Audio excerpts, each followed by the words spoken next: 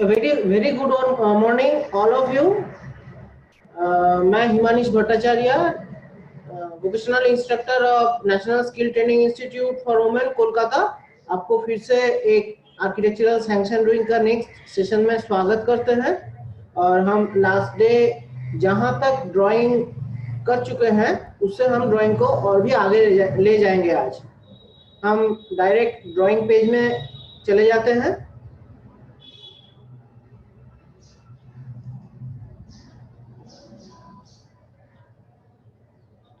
Drawing session के बाद जिनका जो क्वेरी रहेगा वो रेज हैंड ऑप्शन पे जाके क्लिक कीजिएगा और तभी हम अनम्यूट करके उनसे डिस्कस करेंगे।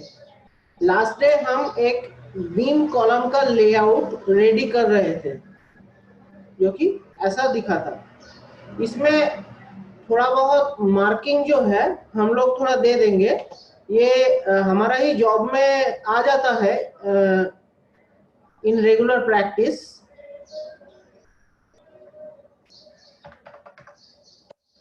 Column marking, beam marking and slab marking हम लोग इधर करके रख देंगे और rest of the structural portion में be consult to structural engineer.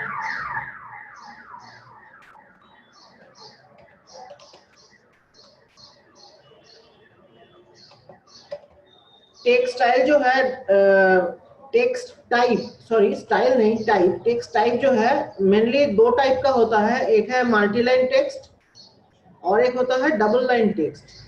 तो हम नॉर्मली टी एंटर करके जो टेक्स्ट टाइप यूज करते हैं वो मल्टी लाइन टेक्स्ट टाइप होता है। उसको एक्सप्लोर करने से वही डबल लाइन टेक्स्ट बन जाता है, या फिर अलग से डबल लाइन टेक्स्ट भी क्रिएट कर सकते हैं। जब कहीं पे टेक्स्ट बहुत छोटा होगा, मतलब सिंगल या 2 लेटरिंग का होगा, तो नॉर्मली उसमें डबल लाइन टेक्स्ट यूज करने से वो एडिट करने में आसानी होता है। तो हम इधर पे डबल लाइन टेक्स्ट यूज कर रहे हैं।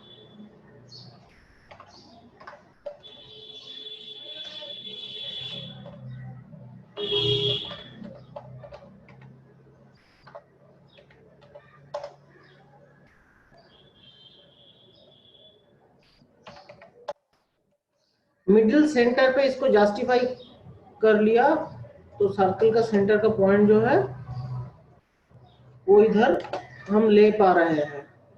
कॉलम मार्किंग कर रहे हैं, ये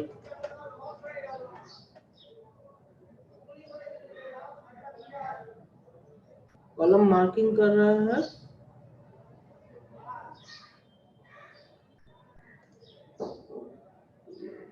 सिंबल बोल के कितने कॉलम्स है यहाँ पे? 1 2 3 4 5 6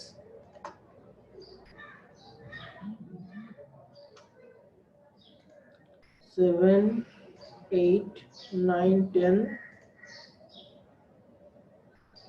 11 12 13 14।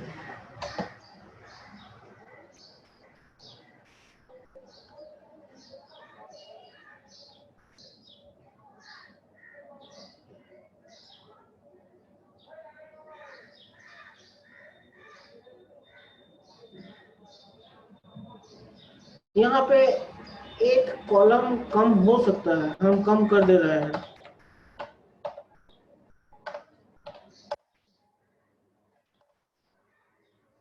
ये कॉलम कम हो सकता है।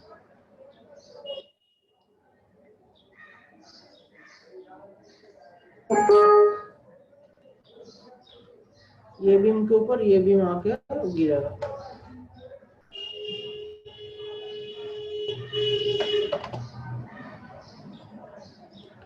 हम लोग लास्ट डे डिस्कशन कर रहे थे कॉलम और बीम का डिस्ट्रीब्यूशन। तो कॉलम का और बीम का डिस्ट्रीब्यूशन से हमको उनका इंटरनल जो स्लैब एरिया है वो कितना बड़ा आ रहा है वो हमको मेजर करना पड़ेगा। जैसे कि आप देख सकते हैं, अगर ये बीम लेआउट को थोड़ी देर के लिए हम हटा दें तो यहाँ पे सिर्फ कॉलम का पोजीशन देखने से आप देख सकते हैं यहाँ पे एक बहुत बड़ा एरिया जो है विदाउट कॉलम है, यहाँ पे भी एक जो बहुत बड़ा एरिया है विदाउट कॉलम है। मतलब मैं जो रेक्टेंगल दो खींचा हूं इनका इंटरनली कोई कॉलम नहीं है। तो ये देखने के लिए हम लोगों को बीम लेआउट प्लेस करना पड़ेगा, जहां पे देखिए ये छोटा छोटा रेक्टेंगल में बीम से ब्रेक हो गया है। हम ये क्यों बोल रहे हैं, क्योंकि स्लैब जितना बड़ा होगा उतना ही स्लैब पे लोड ज्यादा आएगा, कॉलम का जरूरत बढ़ेगा, कॉलम का साइज बढ़ेगा, बीम का डेप्थ बढ़ेगा। तो हम लास्ट डे बोले थे कि कोई बीम का दोनों एंड पे कॉलम जरूरी नहीं होता है, किसी एक एंड पे कॉलम रह सकता है, दूसरा एंड जाके दूसरा बीम के ऊपर गिर सकता है। लेकिन ये जरूरी है कि जिस दूसरा बीम के ऊपर पहला बीम गिरे वो बीम का दो साइड पे ही कॉलम हो, नहीं तो वो बीम लोड नहीं ले पाएगा, क्योंकि एक तो उसका अपना लोड है, दूसरा एक दूसरा बीम का भी एक साइड का लोड उसके ऊपर है। तो इसलिए हम देखिए यहाँ पे कॉलम नहीं है, ये बीम का ये पोर्शन का लोड ये बीम पे आके गिरा है, लेकिन ये जो लॉन्गिट्यूडनली जो बीम है इसका दो एंड पे कॉलम है जो कि जरूरी है। तो हम ऐसा क्यों किए, क्योंकि नंबर ऑफ कॉलम्स ऐसे डिस्ट्रीब्यूशन से जितना कम हो सकता है उतना हमारा कॉस्ट इफेक्टिव होगा। यहाँ पर भी मुझे शुरू से लग रहा था कि ये चार कॉलम में से ये दो और ये दो सेट कॉलम बहुत नजदीक आ रहा है, लेकिन हमें ये पर्टिकुलर दो कॉलम प्रोवाइड इसलिए करना पड़ा क्योंकि ये कॉलम का चारों साइड से बीम गया है, ये ओमिट करके हम कुछ अरेंजमेंट कर नहीं सकते हैं। और यहाँ पे ये कॉलम भी हम लोग को देना पड़ रहा है ये दो साइड पे, क्योंकि बैल्कनी का जो वॉल है उसका एक बीम आके ये बीम पे गिरा है, तो इसका भी दो साइड पे कॉलम रहेगा। लेकिन हम अभी क्या किया, ये पोर्शन का एक कॉलम ऑफ कर दिया।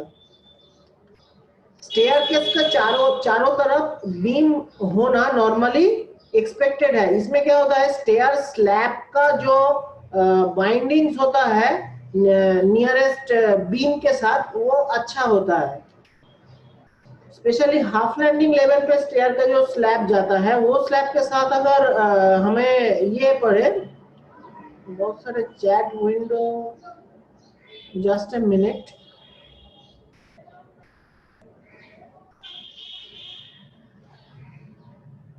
आप लोग चैट में जो लिख रहे हैं हम अभी देख नहीं पा रहे हैं, हम लास्ट में देखेंगे, अभी हम ड्राइंग पहले कंप्लीट कर रहे हैं।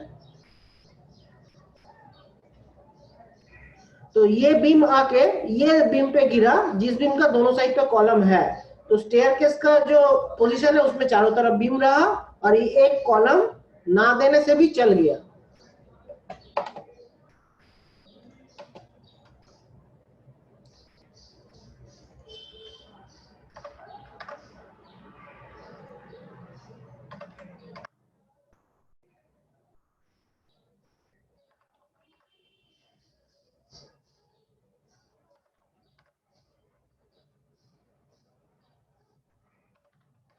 कॉलम नंबरिंग कर रहे हैं 3 4 5 6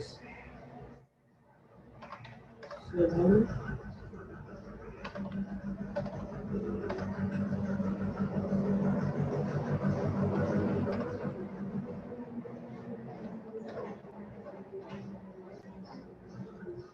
11 12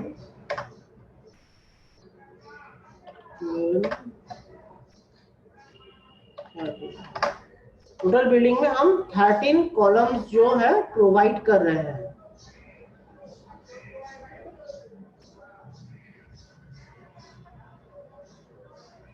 अब इसका फाउंडेशन वो भी एक लाइन ड्राइंग करके दिखा देते हैं। नॉर्मली 2 स्टोरी रेसिडेंशियल बिल्डिंग में फाउंडेशन रहता है 1.2 metre by 1.2 metre in general thumb rule.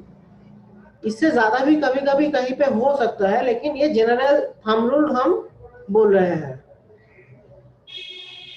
एक ब्लॉक बना लेते हैं, पहले एक रेक्टेंगल करके 1200 बाई 1200 दे दिया, फिर इसका एक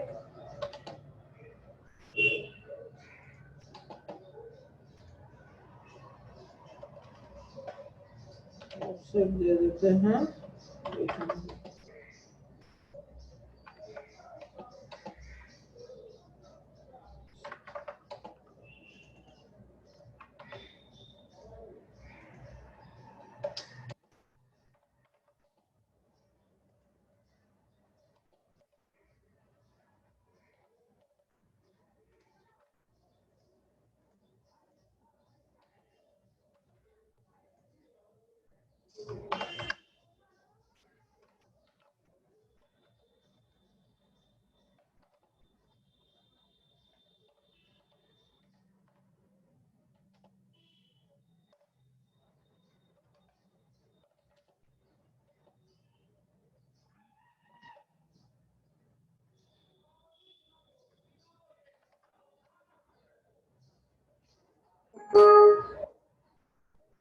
एक ब्लॉक बना लिए, इसको कोई एक एलिवेशन लेयर में डाल देते हैं।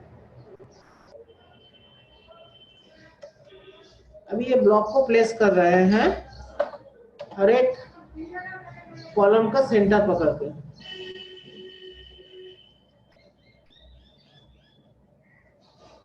नॉर्मली सैंक्शन ड्राइंग पे बीम कॉलम का जो लेआउट है, ये दो टाइप का ड्राइंग इधर दिया जाता है।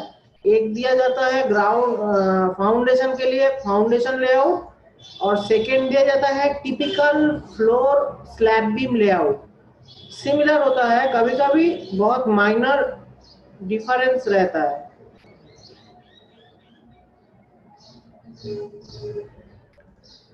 ये भी फाइनली स्ट्रक्चरल डिजाइनिंग सजेस्ट करेंगे कि कितना फाउंडेशन रहना है। हमें थंब रूल पकड़ के अभी 1200 बाई 1200 बेस का फाउंडेशन इधर शो किए हैं।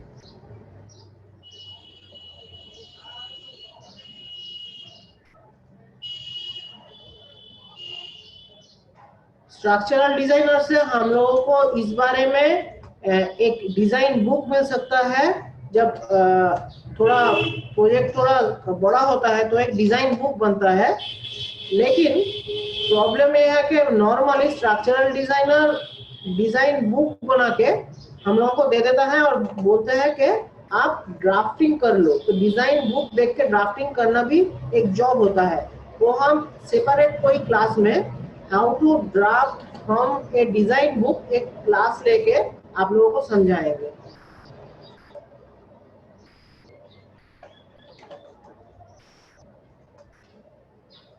और अगर structural design full designing and drafting करके देता है तो अच्छा है। लेकिन आप लोगों को भी ये नॉलेज में रखना पड़ेगा कि डिजाइन बुक देख के ड्राफ्टिंग कैसे होता है।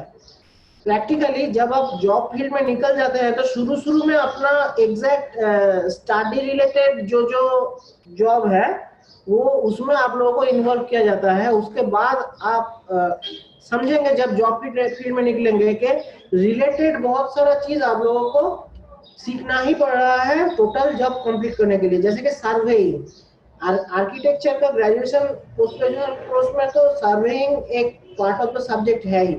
तो आप लोगों को भी उसका नॉलेज चाहिए। ड्राफ्टमैन कोर्स में नॉर्मली सर्वेइंग इंक्लूडेड अभी नहीं होता है। पहले ड्राफ्टमैन कोर्स में भी सर्वेइंग एक पार्ट ऑफ द टॉपिक था, पढ़ाया जाता था। लेकिन आपको प्रैक्टिकली जानने का जरूरत है। सिमिलरली स्ट्रक्चरल डिजाइन से कैसे ड्राफ्टिंग होता है वो भी आप लोगों को इन फ्यूचर सीखना पड़ेगा धीरे धीरे। तो ये हम एक टेंटेटिव फाउंडेशन लेआउट किए हैं। फाउंडेशन लेआउट जब किए हैं तब ये जो बीम लाइंस है, बीम लाइंस हो जाता है टाई बीम लाइन।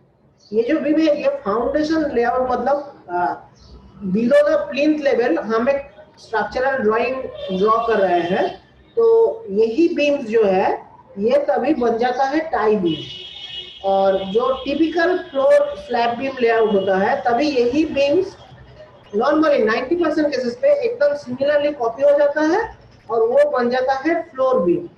हम दो लेआउट ही पास पास क्रिएट करेंगे। यहाँ पे थोड़ा चेंज होगा, वो चेंज क्या होगा आप लोगों को नजर आएगा। टाई बीम लेआउट मतलब foundation layout with tie beam, ये लेआउट से typical floor slab beam layout में थोड़ा चेंज होगा ये प्रोजेक्ट में।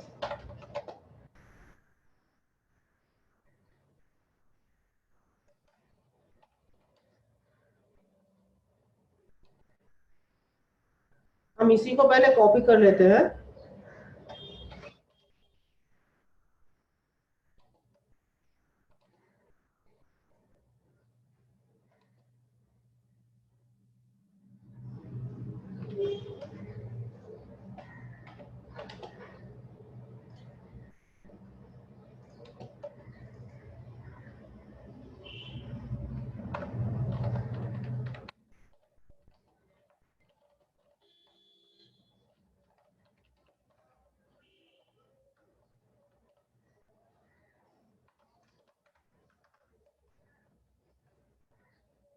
Foundation with tie beam layout और ये बनेगा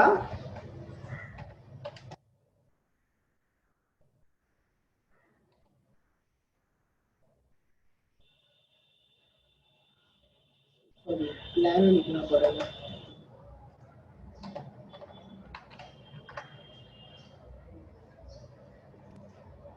यहाँ पे टिपिकल फ्लोर मतलब फर्स्ट फ्लोर ही है ओनली, तो first floor slab beam layout plan. यहाँ पे पहले तो आपका फाउंडेशन जो है वो डिलीट होगा।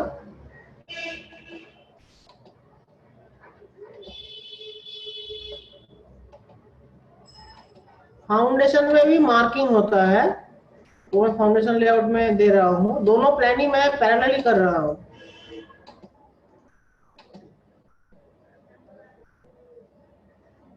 फाउंडेशन में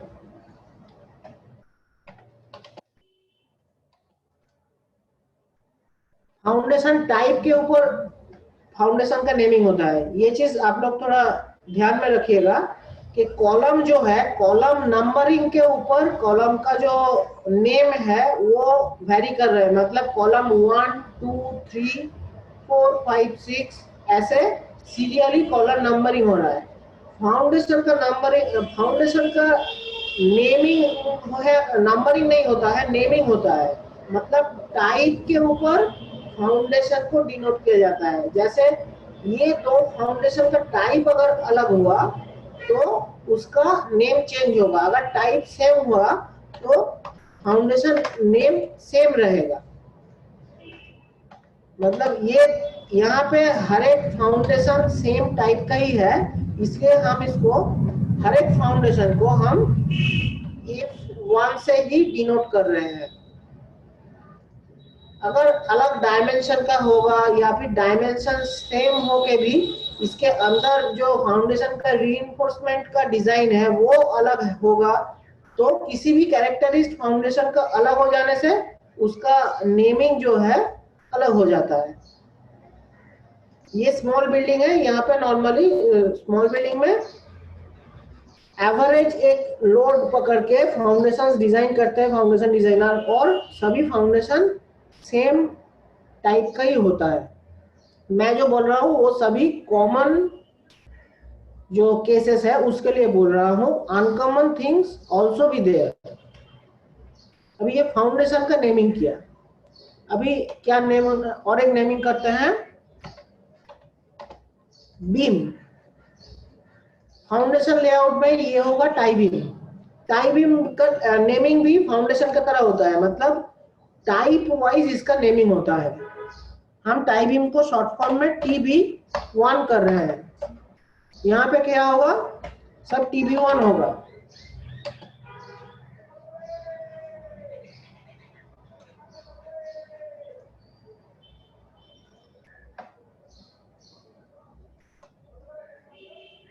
सब बीम के पास में सेम चीज ही, अगर सेम रहा तो सेम चीज ही आपको लिखना पड़ेगा।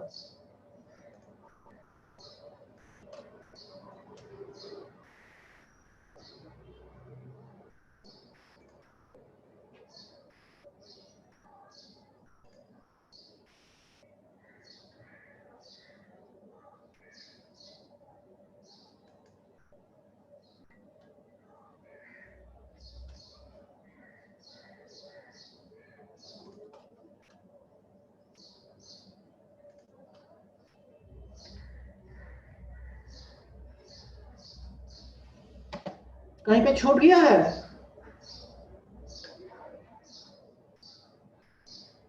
आई थिंक छूट गया है। कहाँ पे छूटा है? यहाँ पे ये बीम को हम अभी तक नेमिंग नहीं किया, जो बीम पे दूसरा बीम आके गिरा है। नॉर्मली क्या होता है, जो बीम पे दूसरा बीम आके गिरता है वो बीम का डेप्थ थोड़ा ज्यादा हो जाता है, मतलब इसका कैरेक्टरिस्टिक अलग होगा। तो इसके लिए हम यहाँ पे डिफरेंट नेम देंगे। एग्जैक्ट इसका डिजाइन क्या होगा स्ट्रक्चरल इंजीनियर गाइड करेंगे, लेकिन यहाँ पे इसका मार्किंग जो है वो डिफरेंट हो जाएगा।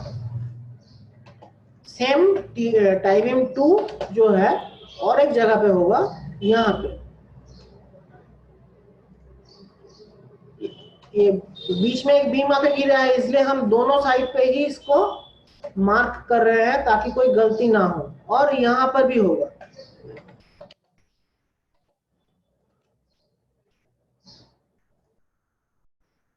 ये बीम,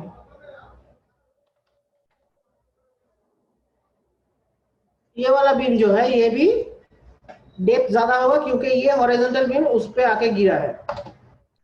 नाउ और कुछ डिफरेंसेस होगा फर्स्ट फ्लोर बीम लेआउट से ग्राउंड फ्लोर बीम लेआउट में, टाई बीम लेआउट में।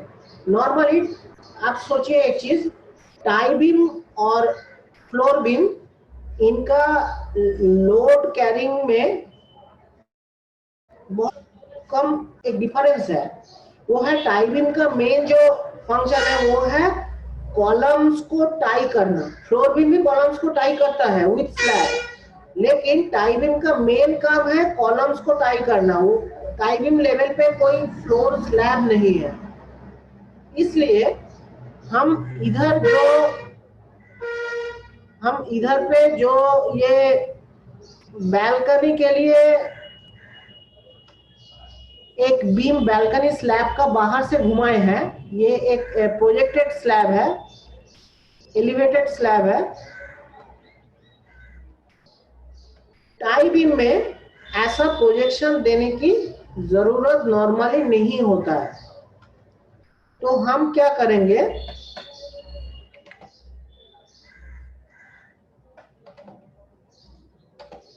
इसको ओमिट कर देंगे, इसको नहीं रखेंगे।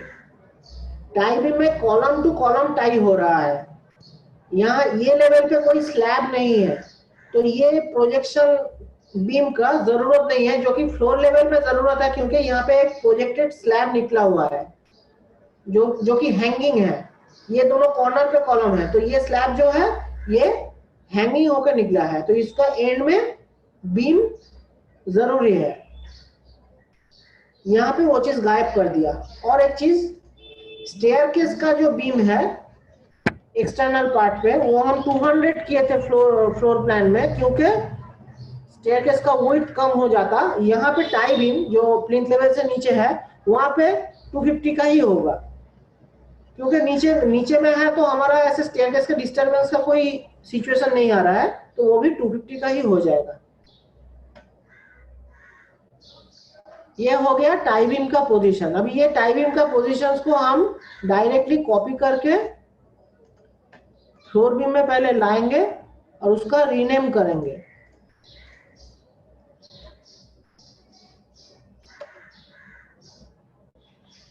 ये यहाँ पे टाई बीम का जो है मिस किया था, इसे कॉपी करते हैं।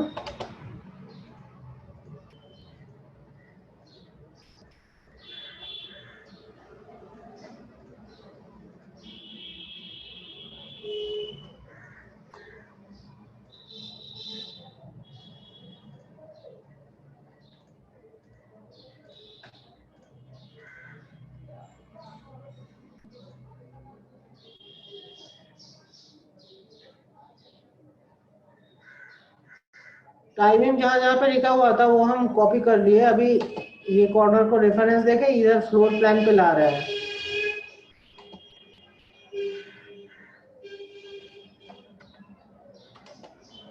सपोज यहाँ पे बीम अभी है तो यहाँ पे भी दे रहे हैं, लेकिन अभी क्या है कि आपको इधर टाई बीम नहीं बीम लिखना पड़ेगा। तो हम क्या किया, इतना सारे टाई बीम इधर मेन ड्राइंग पे लिए हैं फाउंडेशन का, उसको कॉपी करके लाए हैं। अभी क्या करेंगे, रीनेम करके TB1 को B1 करेंगे, REN रीनेम कमेंट। उसमें क्या करेंगे हम, टेक्स्ट,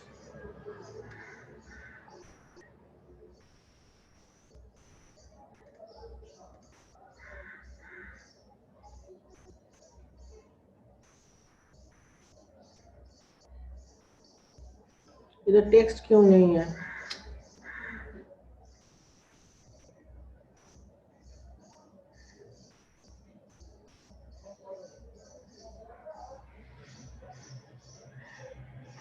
ऑटोकैड का ये वर्जन में इधर टेक्स्ट का तो रीनेमिंग नहीं दिख रहा है, इधर ही होना चाहिए था।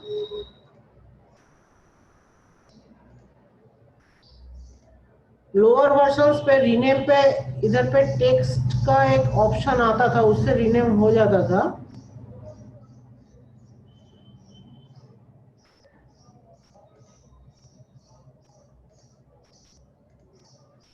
देखते हैं इधर टाइप करके कुछ लेता है या नहीं।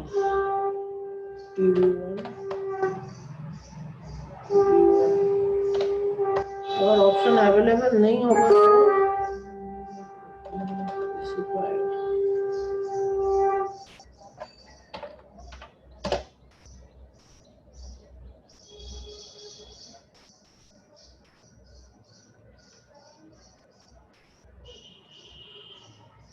नहीं, इधर ये ऑप्शन हमें नहीं मिल रहा है। मैं एडिट ही कर रहा हूँ। ऑटोकैड का ये वर्जन में शायद दूसरा कहीं पे रीनेमिंग का कुछ ऑप्शन होगा, हमें देखना पड़ेगा।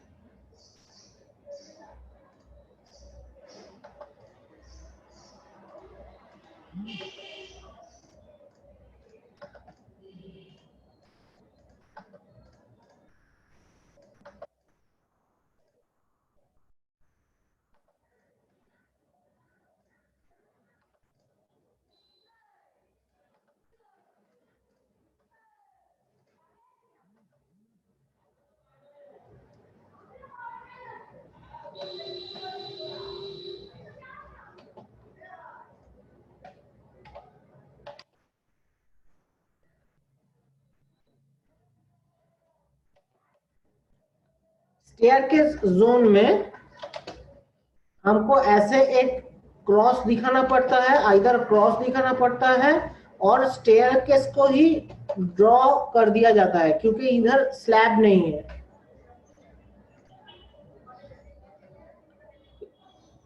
इधर फ्लोर लेवल पे स्लैब नहीं है, इसलिए ऐसे एक क्रॉस दिखाया जाता है, अदरवाइज स्टेयरकेस ड्रॉ किया जाता है। बाकी पोर्शन पे स्लैब है, स्लैब का भी मार्किंग होता है, वो भी सेम एज बीम मार्किंग, मतलब स्लैब का थिकनेस के ऊपर उसका मार्किंग होता है। छोटा रेसिडेंशियल बिल्डिंग है, स्लैब का थिकनेस चेंज होने की कोई जरूरत नहीं है। जब प्रोजेक्ट बड़ा होता है, स्लैब का साइज बहुत बड़ा होता है, तब जैसे कॉलम का साइज बढ़ता है, बीम का डेप्थ बढ़ता है, सिमिलरली स्लैब का भी थिकनेस बढ़ जाता है जहां जहां पे स्लैब बड़ा हो जाता है। यहाँ पे छोटा छोटा स्लैब है, यहाँ पे हर जगह सेम थिकनेस ही रहेगा।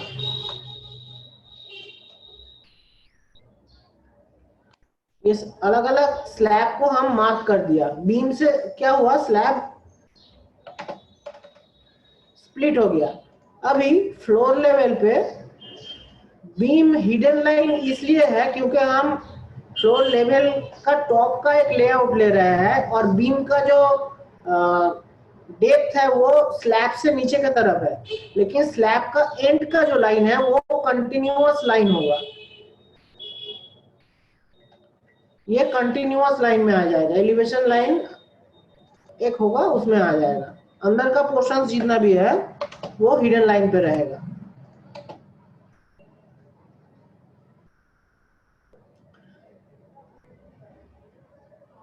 एक काम करते हैं, स्टेयरकेस को ही ड्रॉ करके रख देते हैं इधर,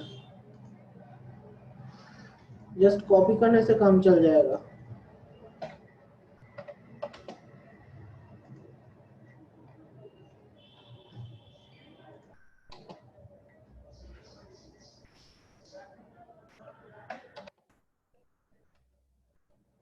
ऐसा तो क्या हुआ, दो लेआउट प्लान रेडी हुआ स्ट्रक्चरल का। एक है foundation with tie beam layout plan, दूसरा है first floor slab beam layout plan. इधर फर्स्ट फ्लोर है इसलिए फर्स्ट फ्लोर लिखे हैं, जहां पे और भी फ्लोर होगा और सभी फ्लोर का सेम लेआउट होगा। उधर लिखा जाएगा टिपिकल फ्लोर, ब्रैकेट में जितना फ्लोर नंबर है, मतलब अगर G+2 बिल्डिंग हुआ मतलब ग्राउंड फ्लोर प्लस और 2 फ्लोर है, तो इधर लिखा जाएगा टिपिकल ब्रैकेट में फर्स्ट एंड सेकेंड फ्लोर का स्लैब बीम लेआउट प्लान, ऐसे नीचे हेडिंग में लिखा जाएगा। और इधर क्या इंपॉर्टेंट है, डायमेंशनिंग, सेंटर लाइन डायमेंशनिंग।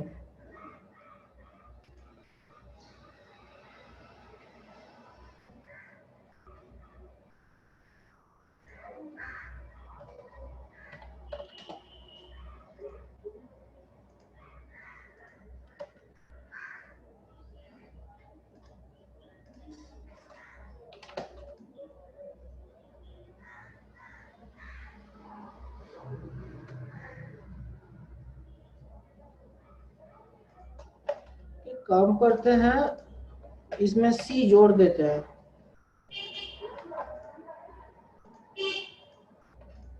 तो ये कॉलम का ही है, इसमें कंफ्यूजन नहीं होगा बाद में।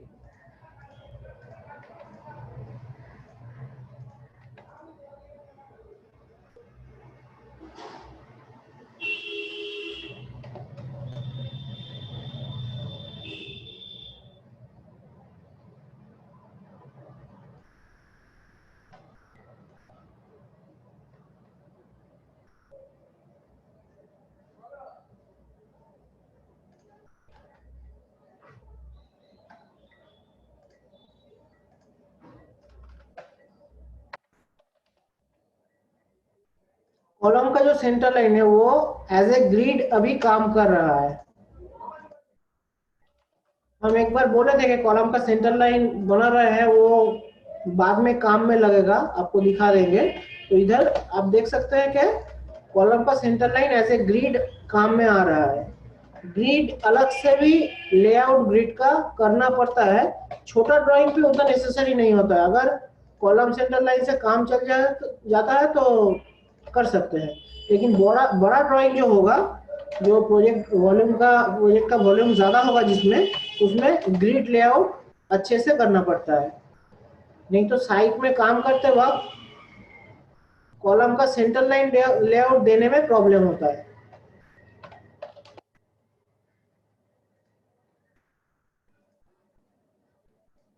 ये प्रोजेक्ट खत्म होने के बाद हम एक रेसिडेंशियल अपार्टमेंट बिल्डिंग डिजाइन करेंगे, जिसमें लिफ्ट्स होगा, कार पार्किंग होगा,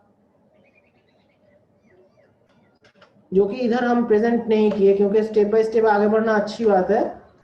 जो बिगिनर्स है, जो मतलब ड्राफ्ट्समैन लेवल में फर्स्ट ईयर में स्टडी कर रहे हैं, उनके लिए ये प्रोजेक्ट अच्छा रहेगा। और जो लोग एडवांस लेवल पे है, CITS लेवल पे है, या फिर ड्राफ्ट्समैनशिप का सेकेंड ईयर में है, उनके लिए ये समझने में इजी रहेगा। और नेक्स्ट जो अपार्टमेंट बिल्डिंग डिजाइन करेंगे बोल रहे हैं, वो उनके लिए बहुत फ्रूटफुल रहेगा।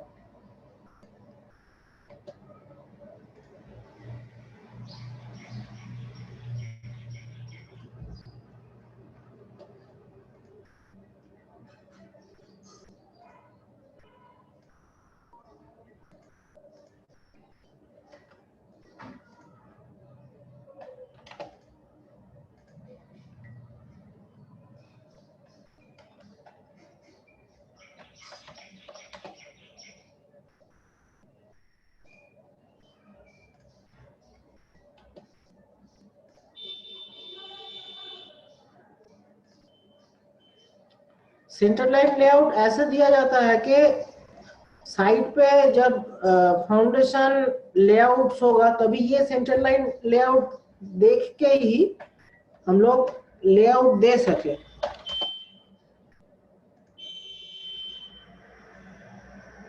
और जब प्रोजेक्ट का वॉल्यूम ज्यादा हो जाता है, तब क्या किया जाता है, हम जो बोल रहे थे कि ग्रिड लेआउट एक करना पड़ता है, पहले ग्रिड के हिसाब से एक चॉक आउट कर दिया जाता है टोटल साइट को, फिर ग्रिड का एंड लाइन से लेके पर्टिकुलर कॉलम का जो हॉरिजॉन्टल और वर्टिकल पोजीशन रहता है, नॉर्थ ईस्ट या नॉर्थ वेस्ट पोजीशन रहता है, उसको लेआउट में डाला जाता है। हम इधर क्यों डायमेंशन ऐसे दिए, क्योंकि बाहर का डायमेंशन से पर्टिकुलर ये कॉलम का डायमेंशन हमको पता नहीं चल रहा है, ये कॉलम ये लेफ्ट और राइट कॉलम से कितना दूर है ये पता नहीं चल रहा है, इसलिए हमको डायमेंशन देना पड़ा। आप लोग कोशिश कीजिएगा जितना हो सके रिपीटेटिव डायमेंशन, जो कि एक डायमेंशन से समझ में आ रहा है वहां पे दूसरा डायमेंशन ना दिया जाए, सैंक्शन लेवल पे, सैंक्शन ड्राइंग के लेवल पे। और जब वर्किंग ड्राइंग के लेवल पे आप लोग चले जाएंगे कि जो ड्राइंग देख के साइट में प्रैक्टिकली काम होता है, मतलब लेबर लोगों के पास, मिस्त्री के पास जो ड्राइंग जाता है, वहां पे कुछ कुछ रिपीटेटिव डायमेंशन का जरूरत होता है क्रॉस चेकिंग के लिए। मतलब एक तरफ से एक डायमेंशन को दिखाया, दूसरी तरफ से वही डायमेंशन को हम समझ सकते थे, लेकिन प्रिंट आउट में दिया गया क्योंकि हम क्रॉस वेरीफाई कर पाए।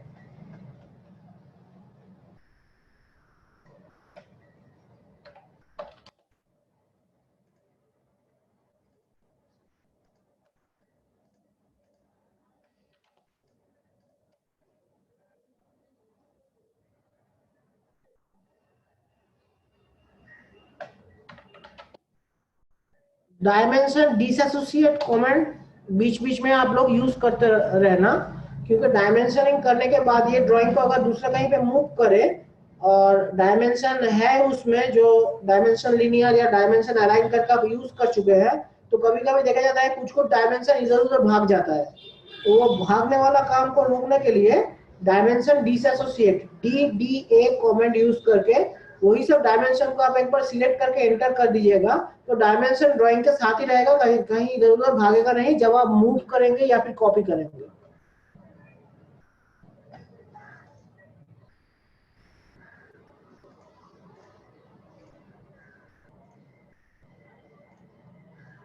हम यही डायमेंशन को कॉपी कर रहे हैं फर्स्ट फ्लोर का जो स्लैब बीम लेआउट प्लान है उसमें।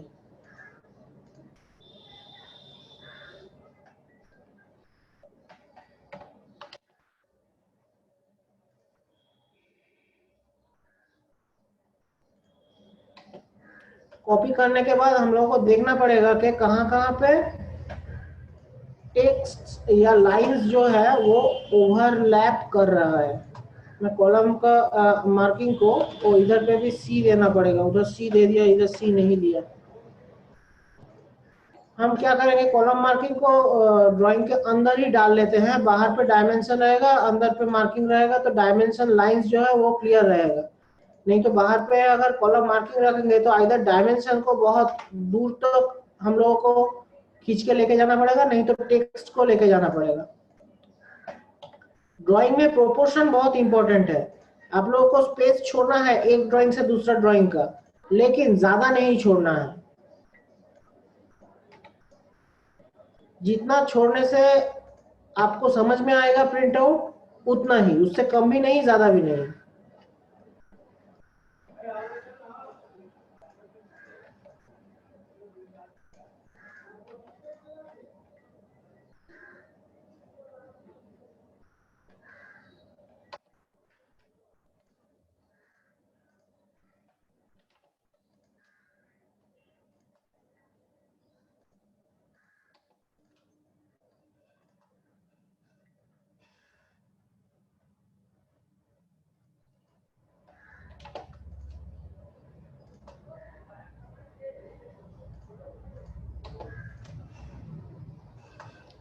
देखिए हम सब जहां पे ओवरलैपिंग हो रहा है देख रहे हैं, वहां से हटा रहे हैं, क्लीन स्पेस पे लेके आ रहे हैं। ऐसे ही ड्राइंग को एडजस्ट करके टोटल ड्राइंग बनता है, तब जाके प्रिंट आउट करने के बाद लोग बोलेंगे कि हाँ ये अच्छा दिखने वाला ड्राइंग का प्रिंट आउट निकला है। नहीं तो ड्राइंग तो कोई भी कर लेगा, लेकिन ड्राइंग में अरेंजमेंट जो है वो आपका जो एफिशिएंसी है उसको रिफ्लेक्ट करता है।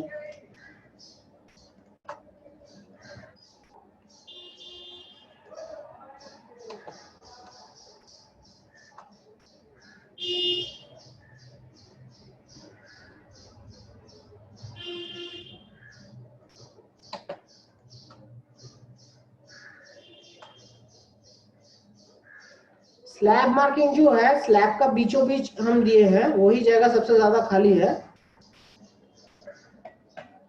बीम मार्किंग जो है, बीम का टोटल लेंथ का मिडिल पे वो भी दिए हैं। और कॉलम मार्किंग जो है, कॉलम का चारों साइड में जहाँ पे भी खाली जगह मिले हम लोग दे सकते हैं। अंदर पे दे रहे हैं, अगर बाहर पे जगह खाली होगा तो उधर भी दे सकते हैं, कहीं पर भी।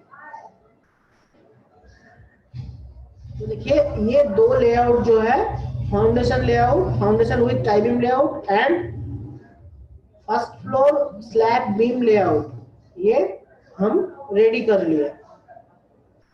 अभी थोड़ा आर्किटेक्चरल ड्राइंग में लौट के जाएंगे और देखेंगे लास्ट डे किया हुआ फर्स्ट फ्लोर प्लान पे क्या कुछ बाकी था। फर्स्ट फ्लोर प्लान पे जो देख रहे हैं कुछ बाकी नहीं है।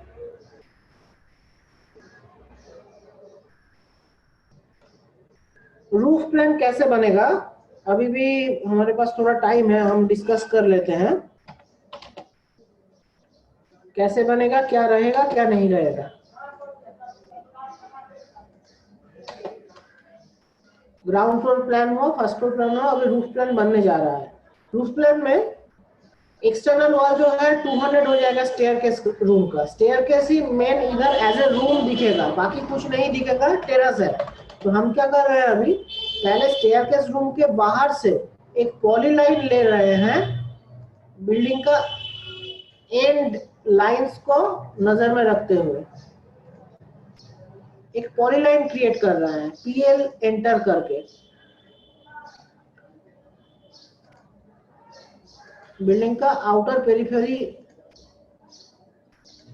जो नीचे वाला फ्लोर से फ्लोर प्लान को कॉपी करके हमको मिला, वहां पे ले रहे हैं, यहां तक लिया।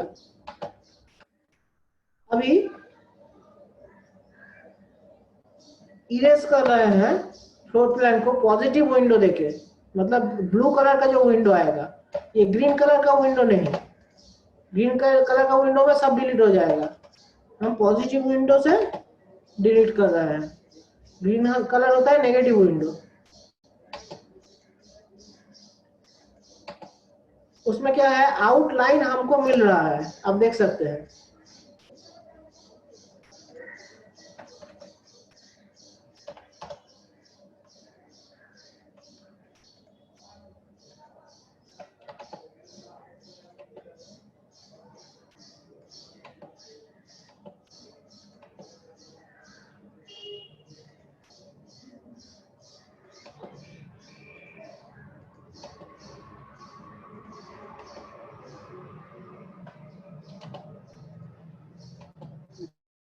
ज्वाइन किया लाइन को,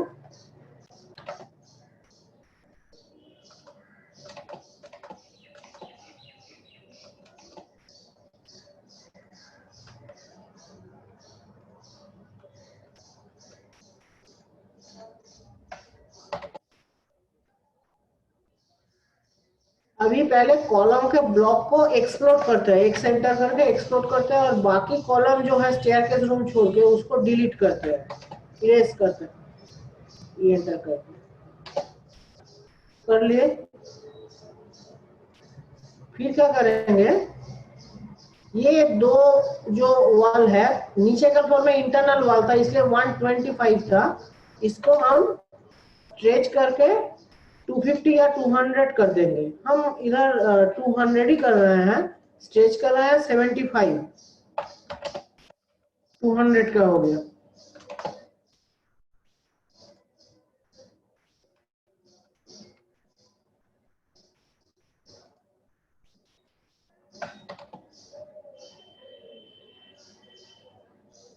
इधर का भी स्ट्रेच कर लेते हैं 75,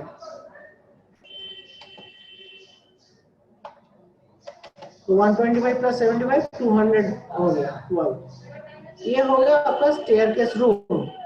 स्टेयरकेस रूम में चेंज क्या होगा, स्टेयरकेस रूम से ऊपर तो कहीं पे जाना नहीं है, तो आप जो है आप हट जाएगा, only down. Mind it, ground floor में ओनली अप, इंटरमीडिएट जितने भी फ्लोर होगा up and down, and in roof plan only down, और इधर ब्रेक लाइन नहीं होगा। ओनली डाउनवर्ड जो है वो स्टेयरकेस को हम देख रहे हैं। सब स्टेप्स सेम लेयर पे ही होने से क्या आ गया इधर,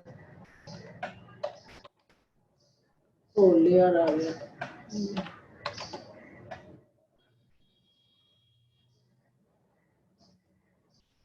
सेम लेयर होगा।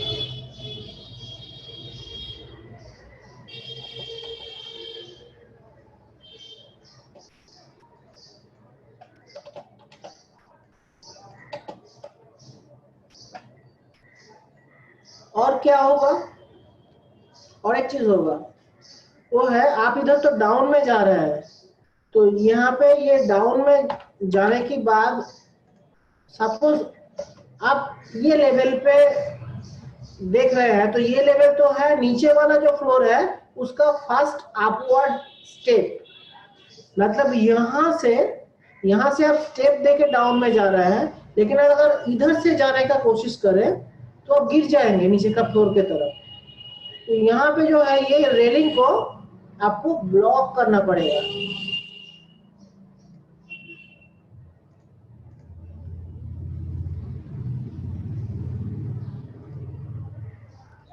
ऐसा होगा, ये रेलिंग इधर जाके ब्लॉक होगा ताकि लोग यहीं से नीचे जाने की कोशिश करें, अगर इधर से जाएगा तो गिर जाएगा नीचे का सीढ़ी में।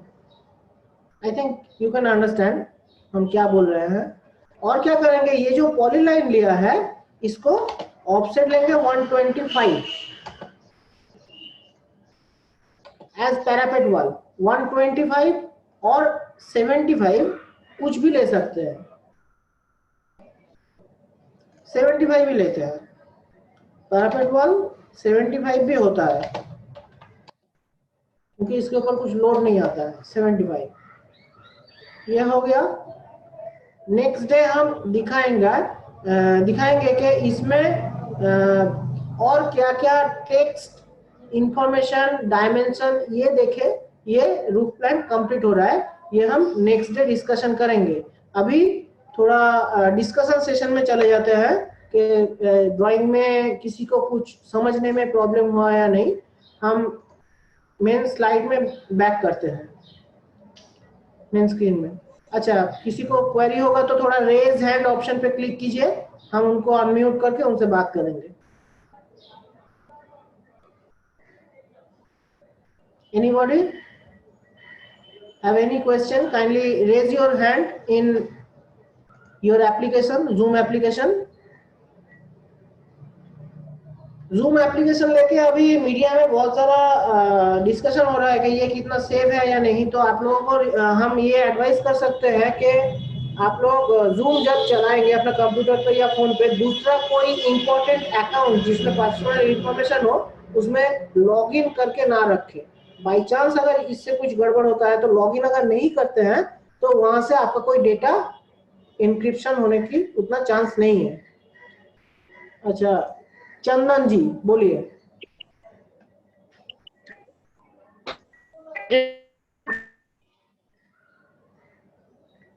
सर जी कुछ सर मतलब इसमें फ्लैट स्लैब बना रहे हैं, कुछ सर पेड़ के बारे में कुछ सर ऐसा कुछ सर मतलब समझ में नहीं आया, कुछ जो किस टाइप से क्या चीज बतला रहे हैं, कुछ इस प्रकार से समझ में नहीं आ रहा है। आपको क्या समझ में नहीं आ रहा है, फिर से बोलिए। सर क्या सर लाइनिंग है, क्या डायमेंशन है, क्या मतलब सर पिलर भी सर कुछ अगर डाल रहे हैं सर कितना पे क्या डाल रहे हैं वो सर कुछ समझ में नहीं आ रहा है, कहाँ से क्या चीज ले रहे हैं। ऑटो कैड का मतलब प्रयोग कर रहे हैं तो सर ऑटो कैड में कहाँ से क्या चीज ले रहे हैं सर, वो सर डीपली मतलब समझ में कुछ आ नहीं रहा है। डीपली समझने के लिए आपको पहले ऑटोकैड का नॉलेज जरूरी है। मेरे ख्याल से आपका ऑटोकैड क्लास क्या स्टार्ट हुआ है अपना इंस्टीट्यूट में? No sir. इसलिए शायद थोड़ा दिक्कत रह रहा होगा। मैं ये सजेस्ट करूंगा कि हमारा निमी का जो क्लासेस है इसमें कुछ ऑटोकैड का भी क्लास सेपरेटली आ रहा है, दूसरे फैकल्टीज ले रहे हैं, आप उनको भी पैरेलली फॉलो कीजिए तो आपका ये जो प्रॉब्लम है ये कम होता जाएगा। कहाँ से क्या ले रहा है हम बता रहे हैं, लेकिन आपको फिर भी समझ में नहीं आता होगा क्योंकि आपको ऑटोकैड का नॉलेज में डेफिशिएंसी है थोड़ा। ठीक है? Yes sir, thank you. Okay, thank you. Any more question?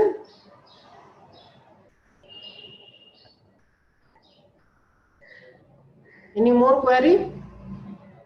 किसी का कुछ क्वेरी है?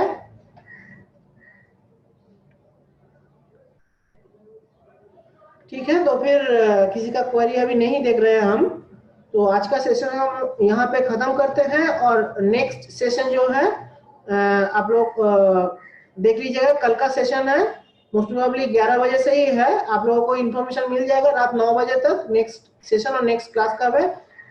2 तारीख तक हमारा रेगुलर क्लास चलेगा और इस महीने का एंड तक आर्किटेक्चरल सैंक्शन ड्राइंग का जो पोर्शन है वो हम खत्म करेंगे। उसमें ये G+1 प्रोजेक्ट जो है ये कंप्लीट होगा और एक G+3 आइदर G+3 और G+4 रेसिडेंशियल अपार्टमेंट बिल्डिंग का प्रोजेक्ट हम कंप्लीट करेंगे।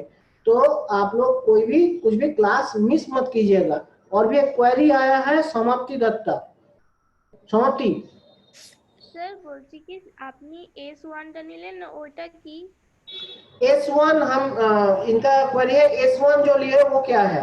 S1 जो है हम पहले बोले हैं, फिर से रिपीट कर रहे हैं, वो है स्लैब मार्किंग। जैसे कॉलम मार्किंग कर रहे हैं, बीम मार्किंग कर रहे हैं, सिमिलरली हम ये स्लैब मार्किंग किए हैं। स्लैब मार्किंग S1 क्यों दिए हैं? टाइप ऑफ स्लैब के ऊपर ये स्लैब का मार्किंग होता है। कॉलम मार्किंग होता है कॉलम का नंबर्स के ऊपर, C1 C2 C3 ऐसे नंबर्स के ऊपर। लेकिन स्लैब मार्किंग होता है स्लैब का थिकनेस के ऊपर। सेम थिकनेस का डिफरेंट स्लैब्स को सेम मार्किंग से ही डिनोट किया जाता है।